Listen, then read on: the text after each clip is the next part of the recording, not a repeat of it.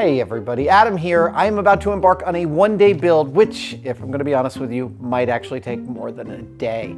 It is a fairly intense build, and most of the materials for it are actually behind me on the workbench there. Earlier this year, for San Diego's Comic-Con, I decided to be the bear from The Revenant and drag around the carcass of Leo DiCaprio, and to do so I made a 7-foot-tall furry bear costume. And it was awesome. I liked making it, I liked figuring out the character, everything about it. And so, in anticipation of New York's Comic-Con, I am making another large furry character, a creature that many of you know as Totoro, your neighbor Totoro. My Totoro will be gray and white. But first up, I've got some drawing to do, some tracing, some circles to draw, and some math to do to make sure I have enough of everything and to get started and figure out how I'm going to get in this guy when he's 6.5 feet tall.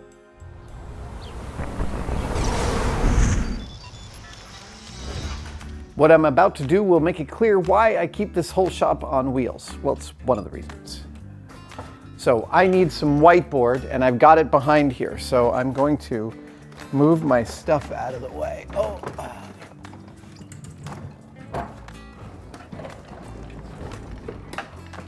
All right. That's me.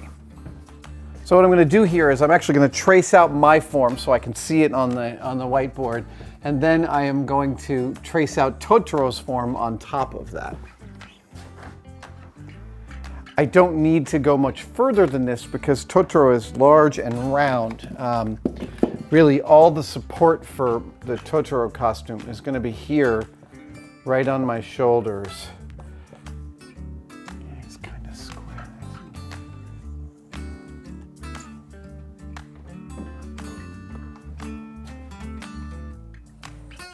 He's cute.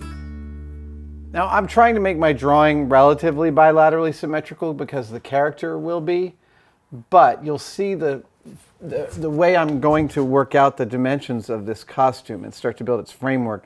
My drawing doesn't have to be perfect. I actually have some adjustability in there. But oh, he's leaning over to the side, isn't he? That's no good. Yeah, he's a little taller than me right now. Right?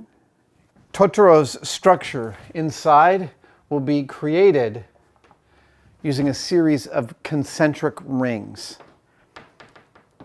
Picture a hoop skirt, and that's how I'm making Totoro.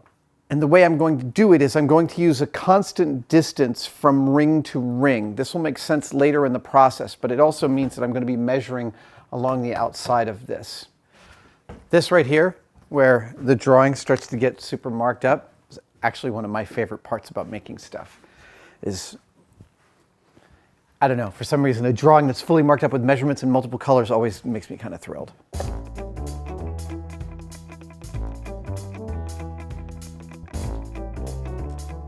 Why don't you do evens and write them down there, and I'll do odds.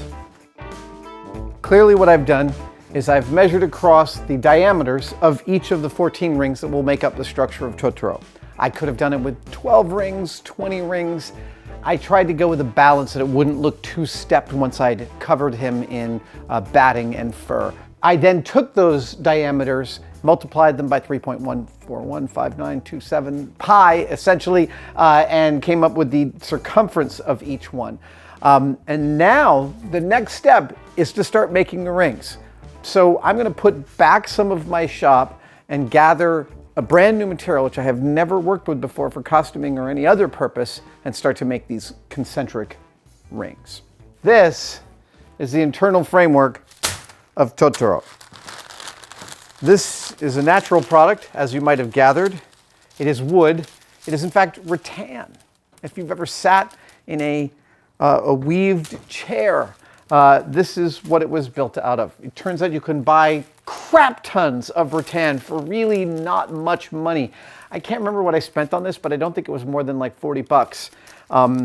There's a lot. There might be enough for a full Totoro costume right in there. So I'm going to start making some concentric rings. I'm going to be tying them together with some high strength, really cool stuff. This stuff. This is Anthony DeLongis, the whip trainer on the Mythbusters Raiders of the Lost Ark episode, told me about this stuff. It is a synthetic waxed material called synthetic catgut. It behaves very similarly to catgut, so for leather workers, it is a fantastic and familiar feel, but it does not stretch at all. It ties really tight. I think it's perfect for attaching my rattan to itself. All right, let's see here. There we go. That's number 2. I know it's not a perfect circle, but it's close enough.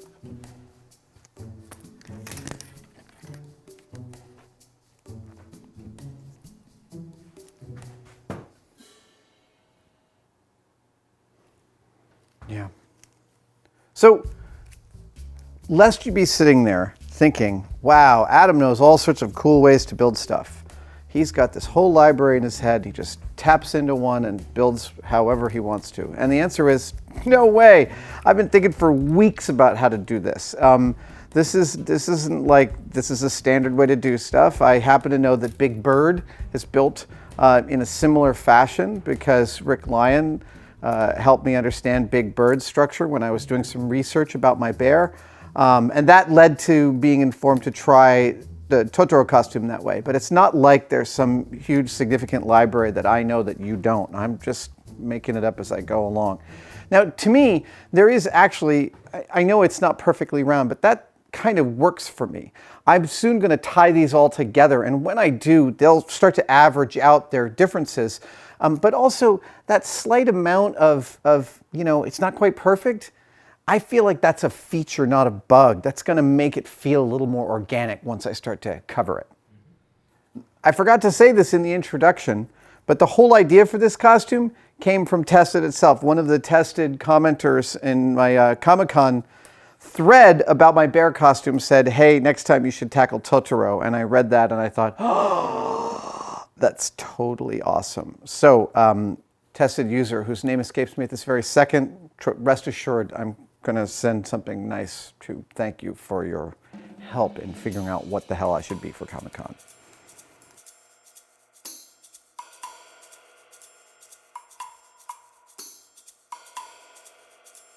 All right, so I was just experimenting with some different tying techniques and different adjusting techniques for getting the most strength out of this rattan, which is actually fairly, it bends well, but it's also super flimsy. So I'm going to make all my rings double rings. They're super lightweight. I mean, this weighs grams. But I'm going to tie the catgut around their entire length. This is a double ring. It's not quite the largest one. The largest one will be probably out to here, but I feel confident that that's strong enough. So now I've got that technology. 2 rings down, 1 dozen to go.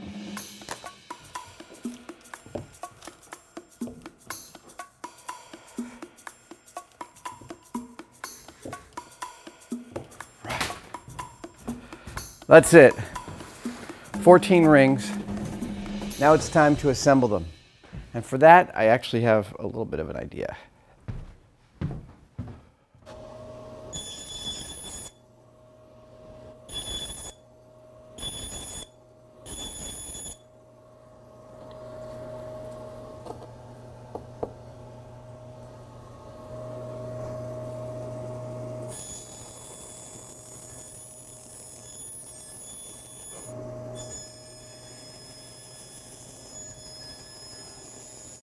All right, that's a lot of my scrap foam core.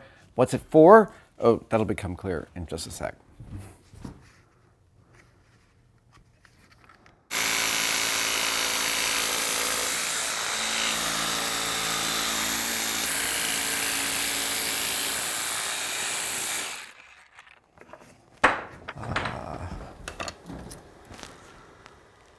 Half inch, that's what I want.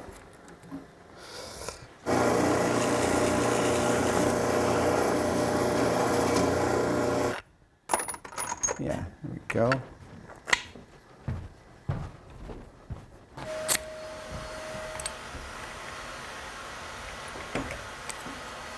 That ring is the top dead center of Totoro's head, and I'm about to do a rough assembly of him right here on this C-stand. It's better if I just show you. Let's cut to a time lapse.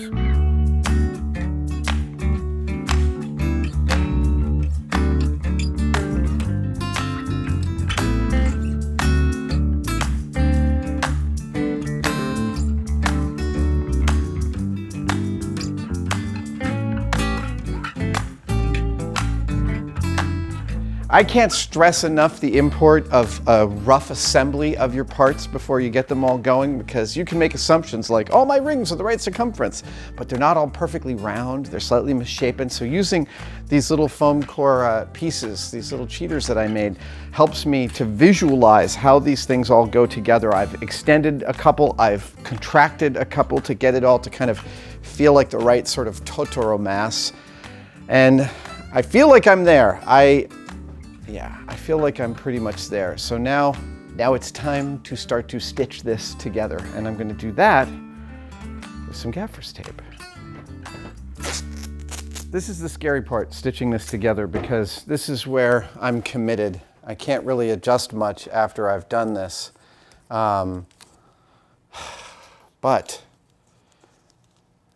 no guts, no glory. And by the way, I may end up with a lumpy Totoro. That there are worse things that have happened in the world than that.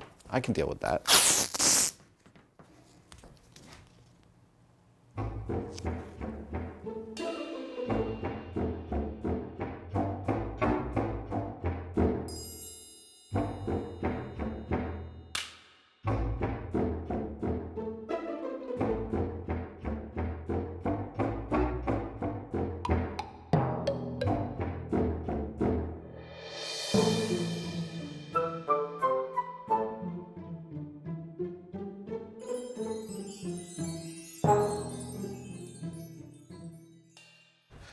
Okay, we are almost there. Let's see, I'm pulling out the last of my cardboard spacers. Okay, so now the costume is relatively freestanding. And here's the new feature of it. It might just ship flat. Yeah, dude, big costume, small package. Obviously, the next stage of Totoro is to cover him. First with a cotton padding called batting, it's like blanket material, and then with fur. But in order to figure out what shape to cut out those pieces of fabric, I need to pattern it, and I'm going to use some inexpensive muslin to do that. This is your classic patterning material since time immemorial. All right, here we go. Let's see.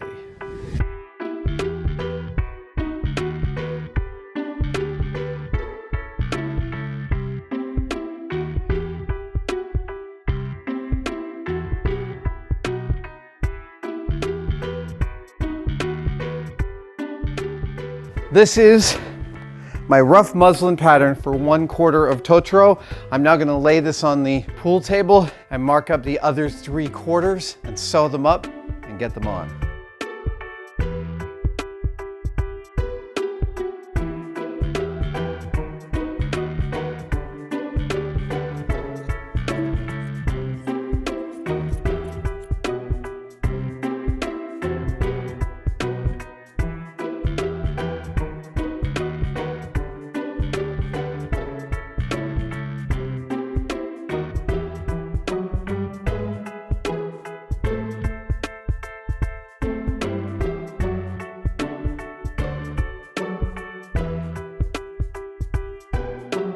All right, it's not pretty, but clearly progress has been made. I've got my rattan inner frame.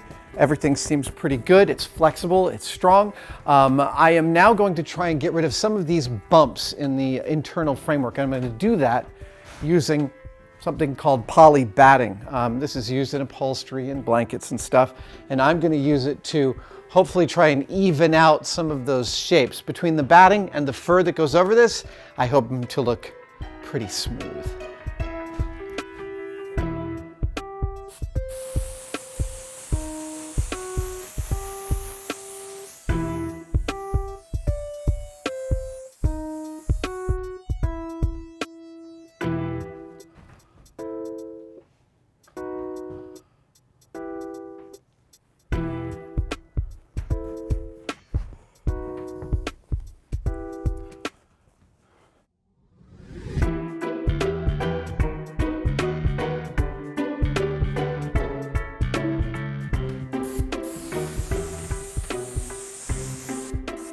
I know it looks kind of bumpy right now, but the fur, once it goes on, will hide those crimes. Now it's time to put on the big gray fur. That's the next step.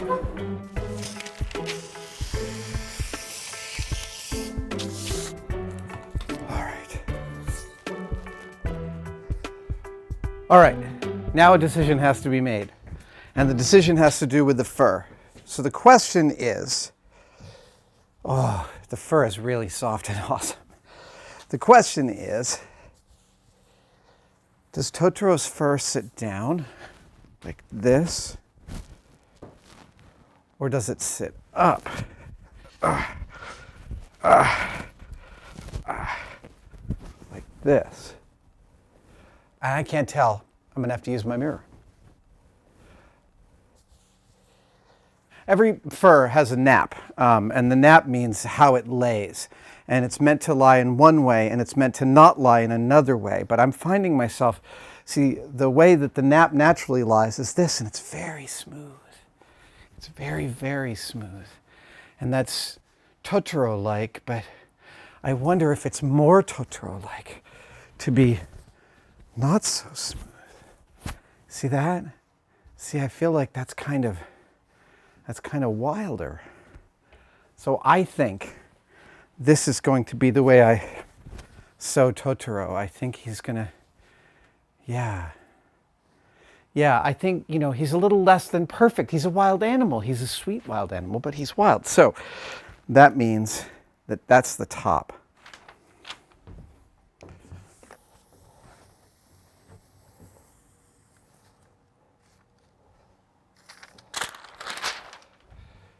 Three.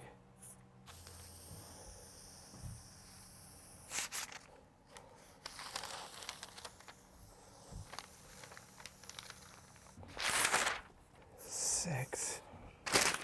Seven. Okay. Time to cut. Time to sew.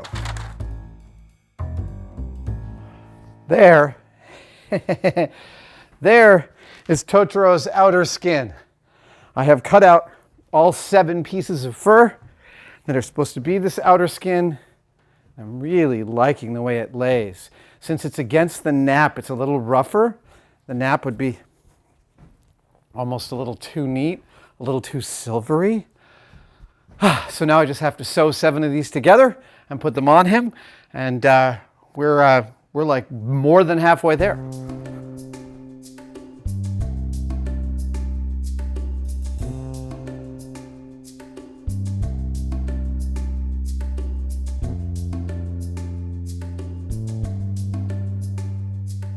All right, that is all 7 pie slices of fur fabric seamed together, except for the back, which I'll probably do with Velcro. And I put them on the Totoro upside down. First of all, let me just say, I'm really pleased with how this is going. It's a shape now. It's not just like, it's a real thing. The batting and the fur have worked really well. But why have I put the fur on upside down? It's so that I can mark out his tummy. That's the next step. I've got some great tummy fabric, but first I have to cut out a tummy and put in the tummy fabric.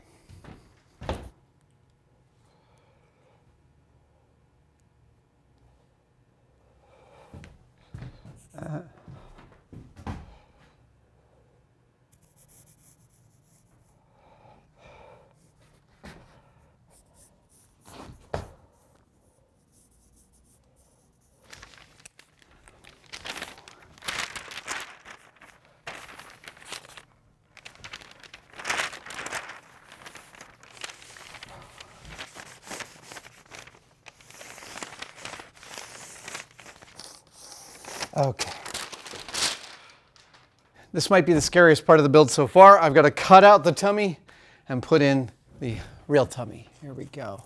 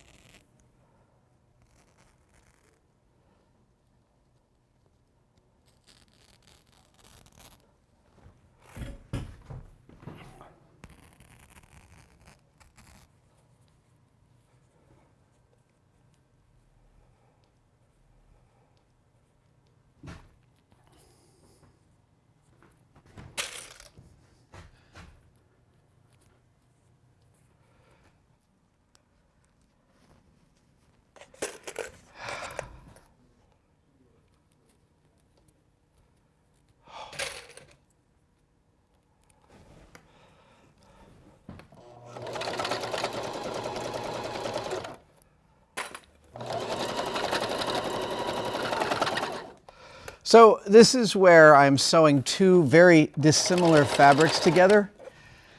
This is quite stretchy, the fur is not. And this is where I become completely amazed by people who sew for a living, because I don't know how you work out this alchemy of making seams work around a sleeve or around a circle. I mean, I've engineered this so that I can hide a lot of my mistakes, but I'll tell you, real seamstresses, sewers, they deserve your respect.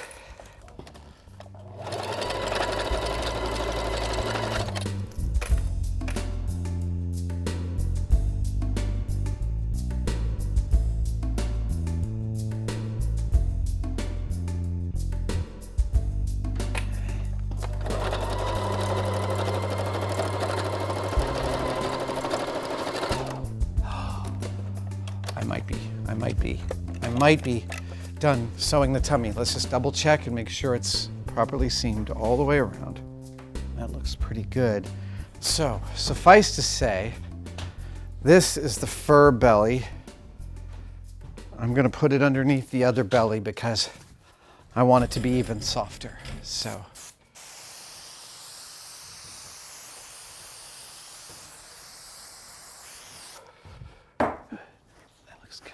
Oh, that looks really good. That looks good. That looks good. I'm pleased. I'm pleased. It looks like a soft belly. It looks like a soft belly. You have no idea how soft this is. It's all going to be hugs. All hugs all day long. All right.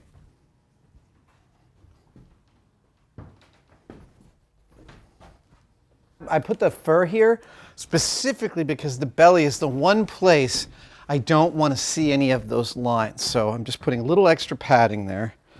So now, let's see what we got. Okay, that's the top. And that's the center. Oh,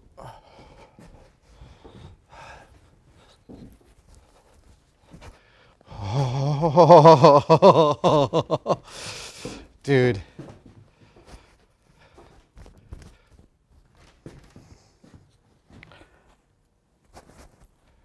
Oh, dudes, we're making a Totoro. How cute is he? Oh, this is really nice. That's me literally jumping for joy. Okay, so that's fine. Oh, he's beautiful. I'm so pleased with him. This is just me test fitting eyes to see how he will look.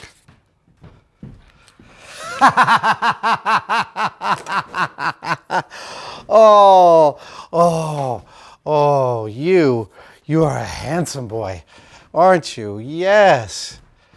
Wow. Right, and he's got this little thing here. Oh, and he's got the whiskers, right? He's got whiskers. So those stick out. Totoro has arms. I'm going to give him some arms. But the size that he is such that, like, one's holding an umbrella and one's just kind of hanging there. So I'm going to give him some arms, but they'll be literally shorties, like from my elbows out, because that's about all I could manage from inside him.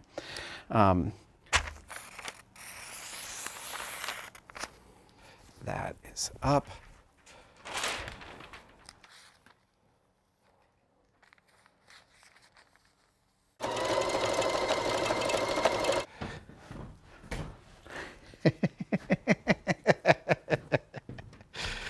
Oh, so that's gonna live right there. Yeah, okay. Sewing up the other one.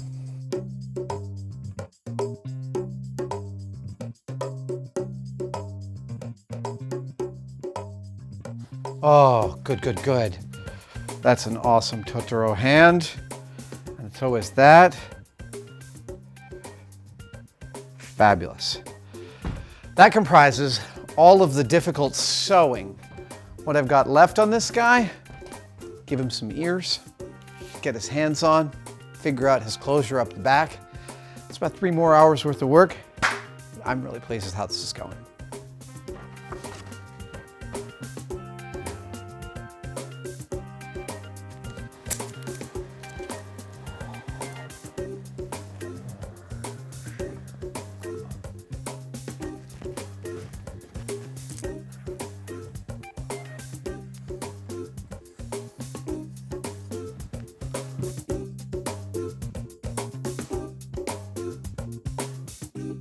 Now the fur on the ears is going to be narrower than the rest of the fur. It's going to be a shorter nap, so I'm actually going to shave some fur for the ears.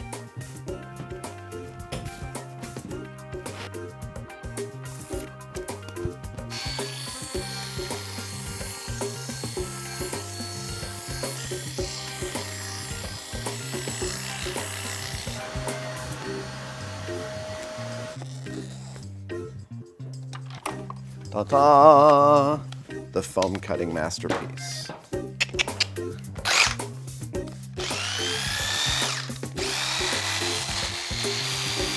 Yeah!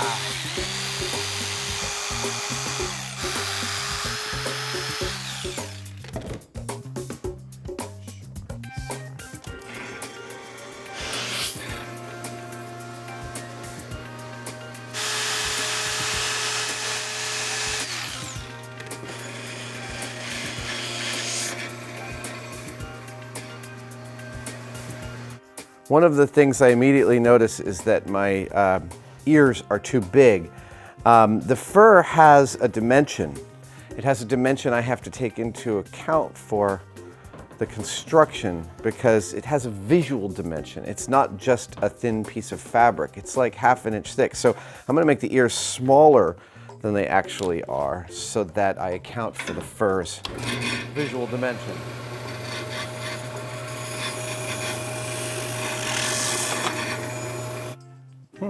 Okay.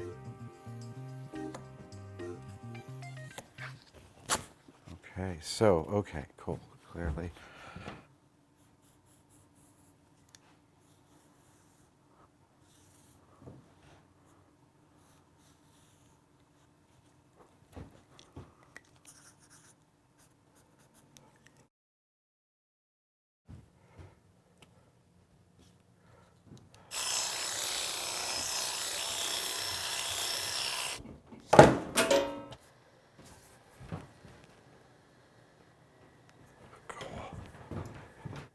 Yeah.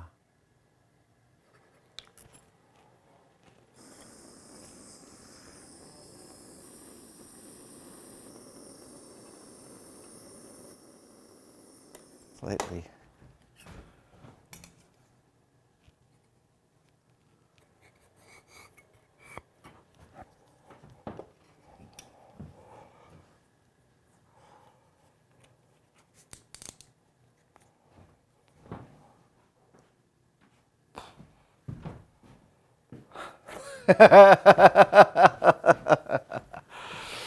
Yeah, it's starting to look like something, isn't it?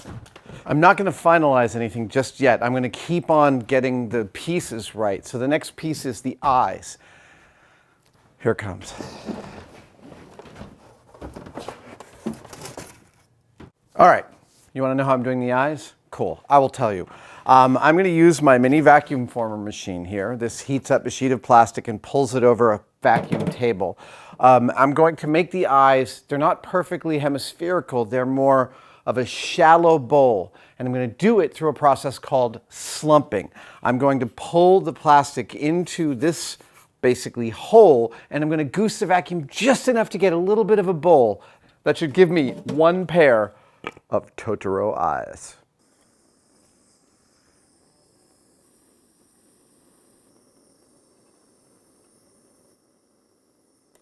All right.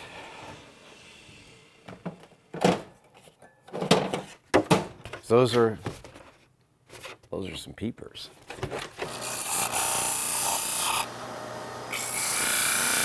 All right, dude. Okay, so what is your... Right. Yep. Now, it's your nose, right? It's your nose. What is your nose? It's this. Right?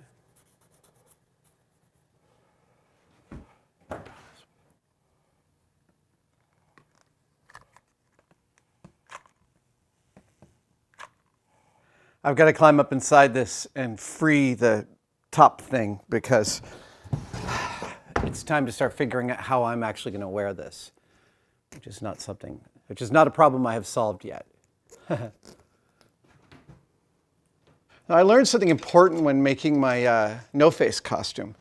And that is that I made a mistake in supporting the whole head of No-Face on my head. I was wearing a helmet and the whole thing was resting on my neck. That got very tiring very quickly. I've since found out at places like Henson, they have an axiom like, don't ever ask the performer to support a costume on his head. So, I don't know if you remember, Jamie and I did a one-off show years ago called Dangerous Toys, and there was a finale we never ended up implementing, but that finale involved an armored combat between Jamie and I, and this is something I built for that we never ended up using. However, I think this will provide ample support for my Totoro. So I'm just going to put a bolt up here. It's going to be a little taller than I expected, but yeah. That's how we're going to do this. I'm going to put a bolt and the whole costume will hang off of my shoulders so my head can actually relax. All right.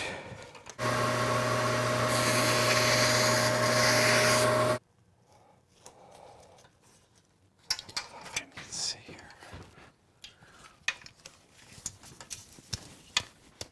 Yeah. I got to climb inside Totoro. All right.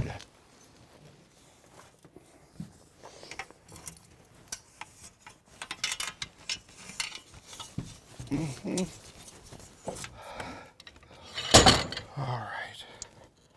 This is actually pretty good. It's very comfy. I can see where my arms would go, which would be right about here and here. And actually, if I lift this up, there we go. Yeah. Okay, I'll need to soften that. Cool. It's a very comfortable costume.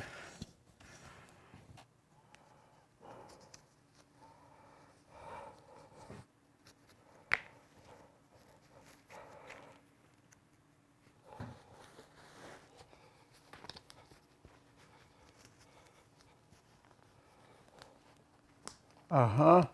Awesome. Flexible, can't hurt anybody. Yeah. Rawr. Okay. Now I've got to fit them to the inside of this guy.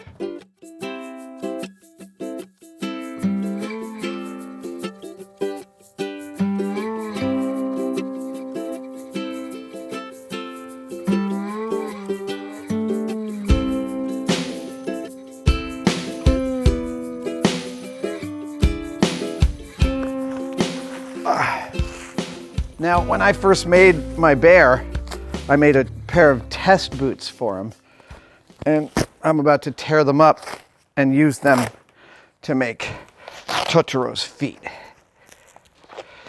Come on. Oh, good God.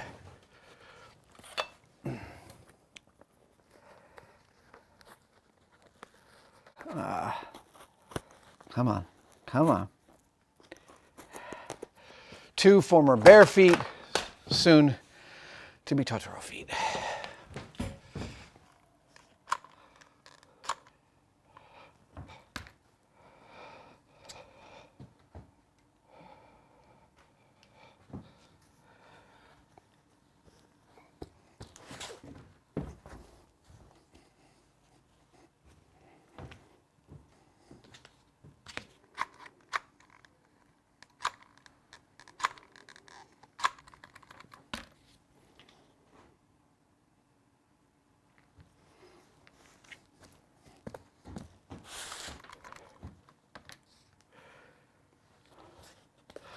Now, I'm actually assembling this all from little scraps of fabric because they're the feet. They don't need a tremendous amount of high detail. People aren't going to be really looking at them unless they look weird.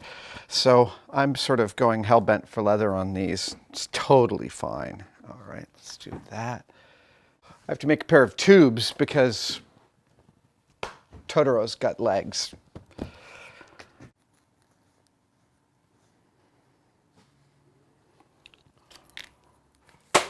I think this is the last sewing I have to do on this project. Oh, right. Okay, so he's got the chevrons on his chest. That's the next step. He's got whiskers. Chevrons on the chest, whiskers, and, right, my ability to see. That's the last steps.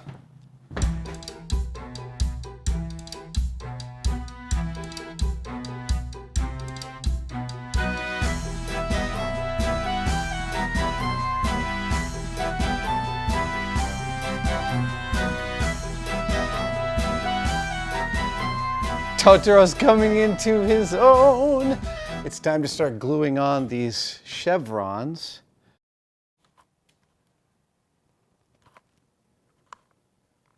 So my solution for the whiskers is to actually utilize loop Velcro.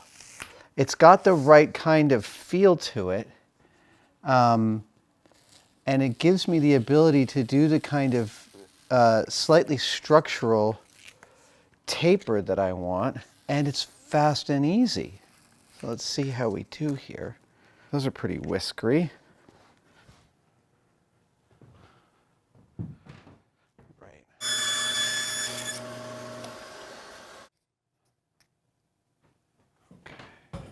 Okay. That's a nose.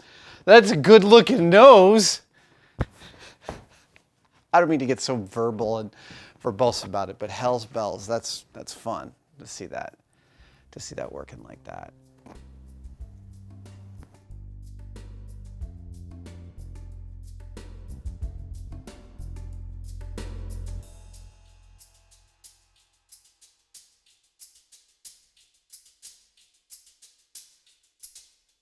I think he's pretty much done. I have to put on the legs, put on the feet, put on my headdress, and put on Totoro, and I'm ready for Comic-Con. Okay. I'm sure I'm missing something.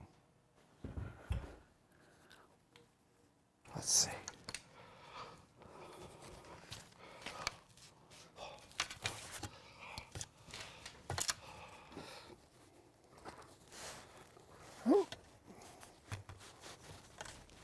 Oh. Oh. Oh. Oh. Oh.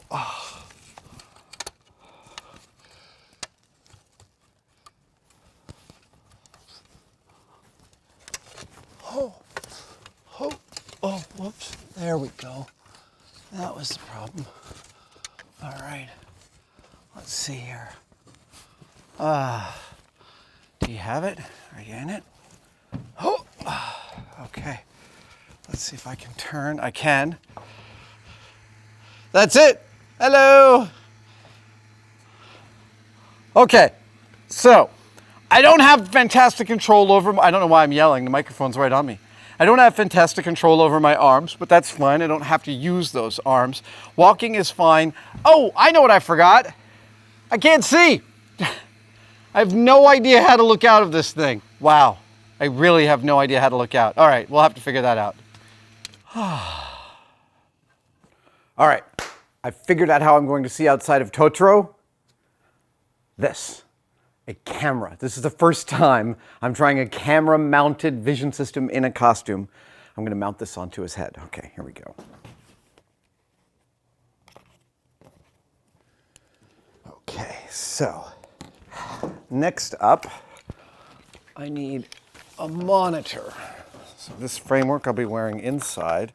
Let's see here. This is my monitor with two nice big fat batteries. Let's see. Oh, this is going to be so cool. I'm so into this. All right. I probably won't wear glasses inside of Totoro. That's That's interesting. Yeah, oh yeah, see that much. I'm nearsighted. Oh, and what's this for? This is a little fan. This blows cool air on my face. Yep, totally necessary inside this costume. I'm not exactly sure how to put this on by myself, but let's see if I can do it. All right.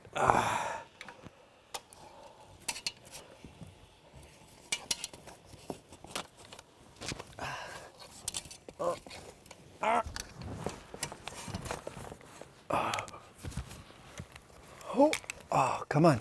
Come on. Oh, okay. All right, Totoro, work with me here. There we go.